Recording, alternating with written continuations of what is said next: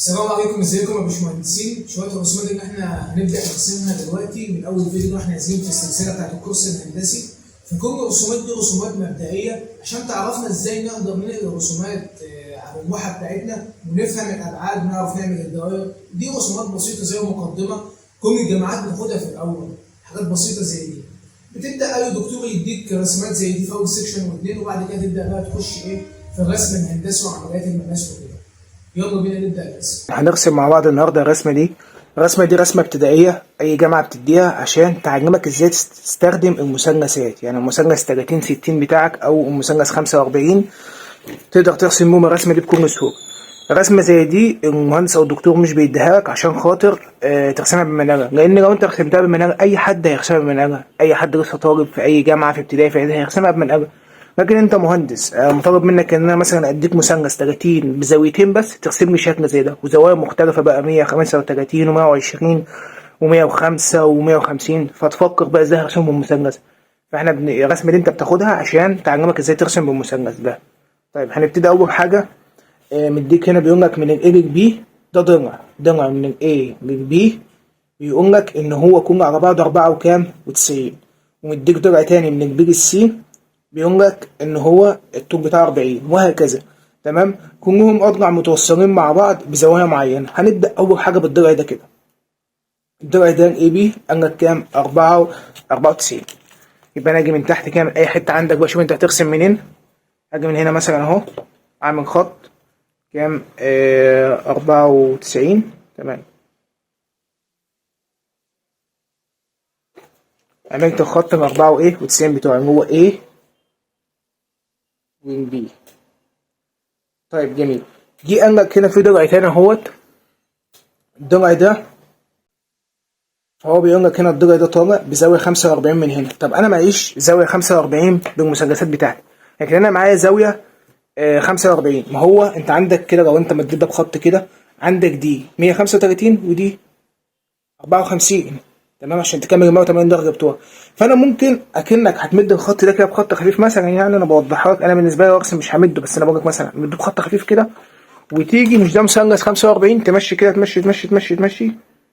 تمام، وبما ان ده مثلث ارسطو انا نصحت بيه في النصيحه في الاساسيات، هخلي الخط مثلا اللي هو ده كده ينطبق على الخط ده كده، واطلع بخط كده ايه خفيف. فانت كده عملت خط بزاويه 35 من هنا، 135 من هنا زي ما هو عايز، و45 من هنا، لان 45 و135 يدوك 180.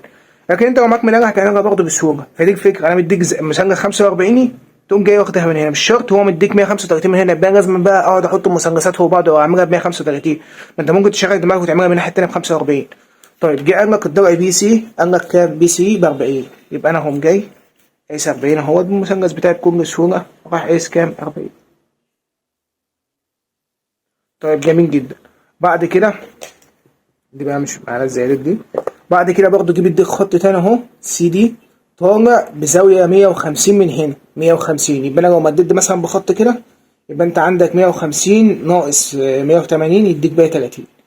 يبقى انا اقوم جاي مثلا اكنك مثلا هتمده بخط خفيف اهو، عامل زي بخط خفيف بس عشان الناس اللي بتتفرج بس تستوعب الفكره في دماغي. وادي الضلع بتاعك اهو، خلاص اهوت الضلع بتاعك بي سي، يبقى هنا سي اهو. طيب هو عايز معاك تطلع بزاويه 5 وايه 150 من الضلع ده كده، يبقى 30 من الضلع ده. يبقى انا اقوم جاي جايب مثلث 30 60 بتاعي اهوت، خليه يمشي على دي كده، مثلث 30 بتاعي. خليت الخط اللي انا عامله خفيف مطابق لده كده، تمام، كانهم هما الاثنين خطين واحد موازين، واقوم جاي طالع ايه بال 30 بتوعي من هنا كده خط خفيف.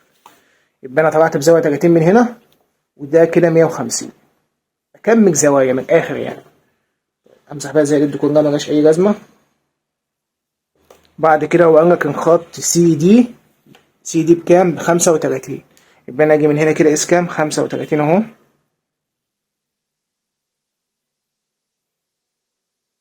طبعا شرحت ازاي تستخدم الادوات في الكورس وحاجات مهمه جدا لازم تروح تتفرج عليها. طيب جميل. بعد كده الضلع ده اسمه سي دي، يبقى ادي دي الدنيا بسيطه. بعد كده في ضلع تاني طالع منهم اهو دي اي. طب الضلع ده طالع بكام؟ طالع بزاويه 120 مع الضلع ده. يبقى انت عندك 120 هنا، 120 ناقص 180 تديك 60. يبقى انا المفروض يبقى انا معايا مثلث معاه زاويه 60 هنا في مثلث 30 60. يبقى انت عايز تطلع بزاويه 60 من هنا و130 من و120 من هنا. يبقى هو جاي لك 120 من هنا، يبقى انا هطلع 60 من هنا. طيب ده عايز تطلع منه 60 سهل، تقوم جاي انت حاطط مثلث 30 60 بتاعك اهو، حطه كده بالمنظر ده على الخط اللي انت طلعت بيه دلوقتي ده كده، هقومه هنا، والخط اللي انت عامله تخفيف ده يكون موازي لطرف المثلث من هنا كده، تقوم جاي طالع ايه من نهايه الضلع بتاعك بخط كده، وده الخط اللي انت بقى تتابعه. يبقى انا كده عملت زاويه 60 اهو تمام، وهنا 120. امسح بقى ان يكون الكلام ده بقى عشان المقاسات بتاعتنا ما تبقاش مكعكعه. طب هو قال لك ان الضلع دي اي كام؟ الضلع دي اي دي قال لك دي اي عامل 57. يبقى انا اقوم جاي قايس كام؟ 57 اهو، 57 اسمه دي اي. يبقى هنا النقطة اللي اسمها اي. جميل جدا. بعد كده جه قال لك في ضلع تاني اي اف. طب اي اف عامل كام؟ جه قال لك زاوية 105 مع ده كده. طيب 105 اطرحهم من اللهم صل على حبيبك النبي، اطرحهم من ال 180. 105 لو طرحتهم هيديك 75 هنا في المنطقة دي. طب يا باشمهندس انا معيش 75، يا باشمهندس احمد انا معيش 75، معايا 60 ومعايا 30 ومعايا 45.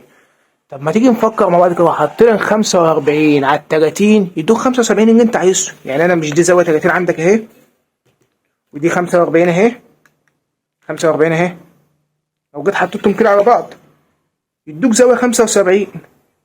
الدنيا بسيطه. يبقى انا كده معايا مثلثين ده مقسوم على بعض ادوني كام؟ 75. يبقى انا مطالب منه، هو جه قال لك دي 105، يبقى لو جيت عملت ده خط مستقيم كده يبقى انت معاك زاويه 75 الجهه الثانيه هنا كده.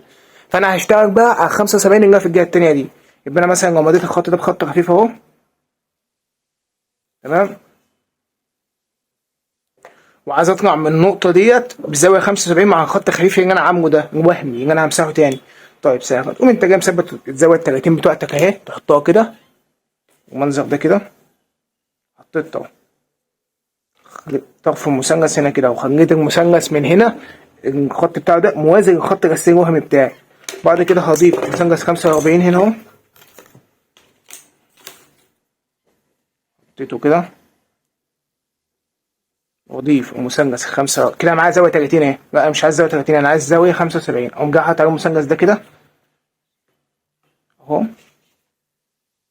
وهمشي مشي مشي مشي مشي كده لحد ما اجيب النقطه بتاعتي اللي انا عايز اطلع منها دي اهي كده. تقوم انت جاي طالع ايه بخط خفيف كده اللي انا عايزه تاني. عرفنا عملنا ازاي؟ يبقى انت كده عندك عملت الزاويه دي 75 والزاويه ديت 105 زي ما هو عايز، الاتنين على بعض 180. همسح بقى انا الزيادات اللي بره دي كلها. فانت فهمت الدكتور بيديك الرسمه دي ليه؟ عشان يخليك تعرف ترسم بمثلثات مستريح، عشان بعد كده اي ابعاد يديها زوايا تعرف تجيبها بسهوله. طيب هو جه قال لك كام الضلع اي؟ ضلع اي اف قال لك اي اف قال لك 87. يبقى انا جاي هنا كده رايح 87 بكل سهوله.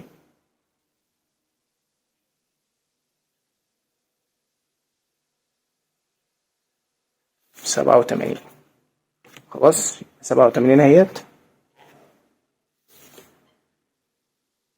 اي اف. بعد كده انت عندك في ضلع تاني اسمه اف جي. ضلع اف جي بزاويه 105 برضه مع الضلع ده 105. يبقى انا لو مديته خط وهمي الجهه التانيه اهو، بعد ما سيبك بقى من النقطه، انا عايز اطلع من النقطه 105 بزاويه 105 مع الخط ده. يبقى الخط التاني هنا انا عايز اطلع معاه بزاويه كام؟ 75 برضه. يبقى انا مطالب مني هدمج المثلثين على بعض تاني اهو. هروح جاي جايب المثلث بتاعه اهو تمام، حاطط عليه المثلث 45 اهو، خليهم الاتنين مثلث واحد اهو تمام. واروح جاي ماشي ماشي ماشي ماشي رايح كده لحد ما اوصل للنقطة كده،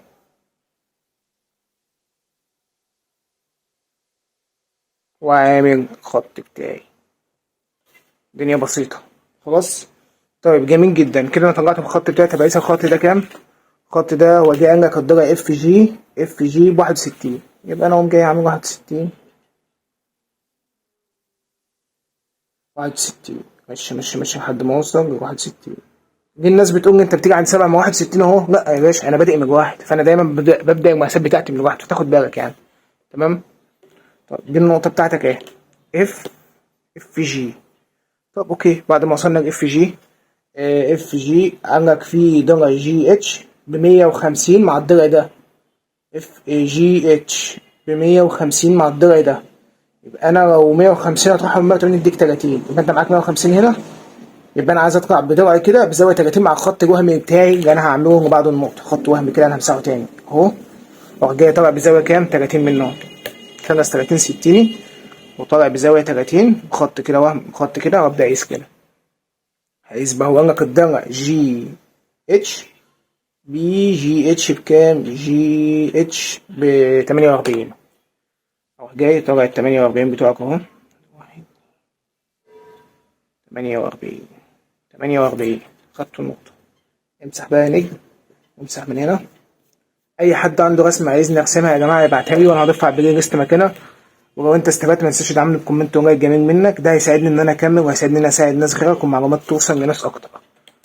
طيب جميل جدا. بعد كده دلوقتي عندك في ضلع ده اتش هنا خلاص اهو. عندك في ضلع تاني اتش جي. طب الاتش جي بزاوية 90 مع الخط ده. خلاص زاوية 90 دي سهلة بأي حاجة هتعملها. ادي انت عندك حتة بزاوية 90 هتقوم جاي حاطط البتاع بتاعك كده مثلث كده بتجهز الزاوية 90 وتروح جاي يا باشا طالع الخط بتاعك. طب الخط ده جه قال لك كام؟ قال لك ال اتش جي بخمسة بخمسة وتمانين إلى 85.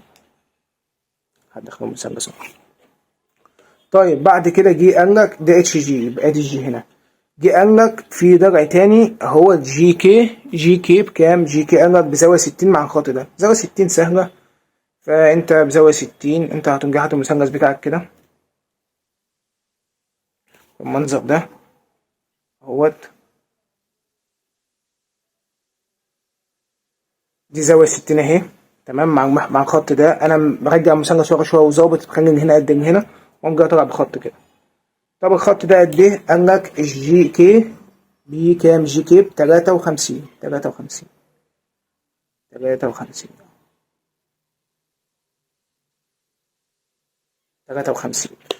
طيب جي كي. طب هو هنا مش مديك مقاس كده خلاص، ما انت طلعت النقطتين ووصلهم ببعض وخلص الموضوع. بس كده الدنيا جميلة. احنا كده خلصنا كل التفاصيل بتاعتنا خارجية. نبدأ نرسم في التفاصيل الداخلية البسيطة اللي هو الدوائر دي. اتفقنا اما تيجي تعمل دوائر او اي حاجة فيها ممسات، اتفقنا اول حاجة انك تعملها ترسم المحاور. المحاور دي اساس الرسمة. رسمتها عملت الرسمة بسرعة. ازاي؟ زي البيت له عواميد اساس. اول ما بتعمل عواميد بتبني البيت عليه بسرعة. نفس الكلام المحاور دي اساس الرسم. ادي محور وادي محور رأسي وادي محور وادي محور. طيب المحور ده على بعد كام؟ المحور ده كده على بعد 24 من الخط ده كده اهو. اي هنا كده على بعد 24 فوق اهو. اقوم جاي عامل ايه؟ محور كده. بعد كده جه قال لك في محور هو راسي ومحور تاني اخوه هنا اهو. طب المحور ده فين؟ قال لك على امتداد النقطه دي. يبقى انا اشوف النقطه دي واطلع بخط قائم كده بمحور. بعد كده قال لك طب المحور التاني على بعد كام؟ على بعد 73 منه. يبقى انا على بعد 73 اهو. اجي اعمل محور. بكل سهوله انت تقدر تعمل الدايرتين دول. انت عندك دايره صغيره 15 ودايره تانيه كام؟ مديك بعدها، هو مش مديك بعدها تقريبا. تمام. بعدها كام؟ عامة هي بعدها ديت أكبر منها حاجة بسيطة، دي 15. يبقى دي تقريبا في رينج 19. لو لاحظت هتلاقي أنا ليه قمت في رينج 19؟ لأن أنت عندك الدايرة دي مش مدينا أبعادها. طب أجي أبص هنا هلاقيه مديك الدايرة دي كده. لو كملت الدايرة كده هو مديك أبعاد نصف قطر بتاع الكيرف الدوران ده 8. ليه عرفت إن هو 8؟ ما هو قال لك إن من أول هنا لحد هنا 19. يعني من السنتر هنا 9 وهنا 9. يبقى الدايرة دي كلها 18. والدايرة دي تلاحظ إن هي قد الدايرة دي. تمام. فهتكون الدايره دي 19 ودي 19 تمام، او دي 15. فمش هتفرق. او اعمل ده 15 مش هتفرق. لا دي تفاصيل ده صغيره ما حدش بيتكلم فيها ولا حتى المعيد ولا الدكتور ولا حد بيجهز. طيب جميل. دي الدايره 15. هنعمل 15 اهو. الشبكه الدوائر بتاعتك وانا نصحتك بيها. الشبكه دي مهمه جدا يا جماعه، بتوفر عليك وقت في الدوائر عشان انت بتبقى لسه في بدايه والبرجل بيرش وبيزهقك. بعد كده احنا الدايره اللي احنا عملناها 19 اكبر من دي بشويه. اصل هي باينه هي اكبر من دي بشويه ومش مدينا ابعادها. واجي ابص على الدايره ده قدها. طيب انا بقى عايز اعمل المحور ده. المحور ده مش مديني ابعاد ليه؟ شغل دماغي. ما انت عندك يا باشا الخط ده اهو والمحور ده موازي ليه؟ يعني من هنا قد من هنا ومن هنا قد من هنا. طب ما الخط ده على بعد 45 من المحور الوهمي اللي احنا عملناه. يبقى انا لو جيت كملت المحور ده اكنه وهمي يبقى انا هعمل زاويه 45 من هنا، نقل زوايا مش اكتر. تمام، لان لو دي كاميرا زد كده انت عندك زاويه 45 هنا وزاويه زد 45 هنا، يعني نقل زوايا. طيب اكمل ده اهو خط وهم اهو. بعد كده اجي عليه اعمل خط ب 45، خط ب 45 منه اهو.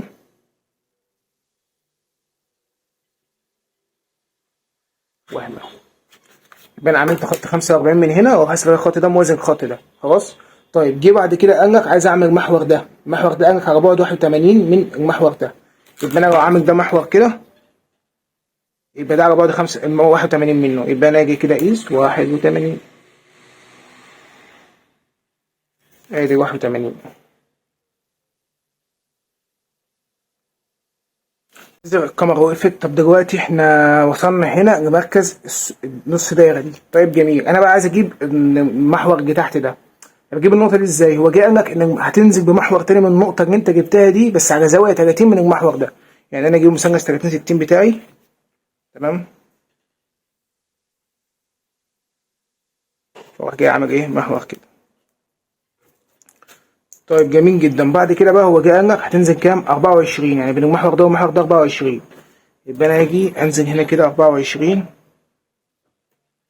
واروح جاي اعمل ايه؟ خط محور قائم عليه، قائم كده، تمام. واروح جاي انت او جاي طبعا ماشي بمحور تاني زي اخوه كده قائم كده موازي ليه اهوت. تاخد بالك انت عندك محور اهوت وده موازي ليه اهو، تمام. تقوم جاي هو جاي لك الدايره كام؟ 19 كده. دايره مع بعضها 19 يعني نصف القطر كام؟ 8. لان هو جاي خط بين الخط ده والخط ده 19 يبقى الدايره كلها 19 برضه. يبقى انا اقوم جاي حاطط الدايره 19 بتاعي سن المحور هنا كده، او بالبرجر بتاعك تعمل تفتح 8 وتعملها وانت ما عندكش شبكه الدوائر دي، وانصح اي حد يشتريها ويجي موصلهم ببعض كده. احنا خلصنا الرسمه بتاعتنا. تقدر تحط الدايمنشن بتاعتك وتسلم لوحدك. اتمنى اكون قدرت افيدكم، واي حد لسه ما اشتركش في القناه يا ريت يدعمني بكومنت وجاي جميل منك. اشوفكم ان شاء الله في رسمه تانيه.